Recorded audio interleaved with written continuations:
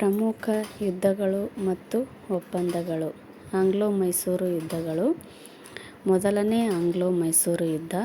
ಇದು ನಡೆದದ್ದು 1767 ರಿಂದ 1769 ಈ ಯುದ್ಧದಲ್ಲಿ ಭಾಗವಹಿಸಿದವರು ಹೈದರಾಲಿ, ಈತನ ವಿರುದ್ಧ ಲಾರ್ಡ್ ಸ್ಮಿತ್.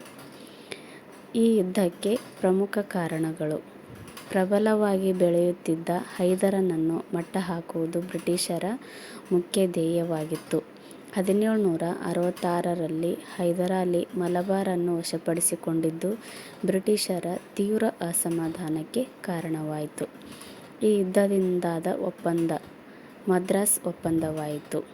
ಈ ರೀತಿಯಾದ ಇನ್ನೂ ಹೆಚ್ಚಿನ ಮಾಹಿತಿಗಳಿಗಾಗಿ ನನ್ನ ಚಾನೆಲನ್ನು ಸಬ್ಸ್ಕ್ರೈಬ್ ಮಾಡಿಕೊಳ್ಳಿ ಹಾಗೂ ಕಮೆಂಟ್ ಮಾಡಿ, ಶೇರ್ ಮಾಡಿ.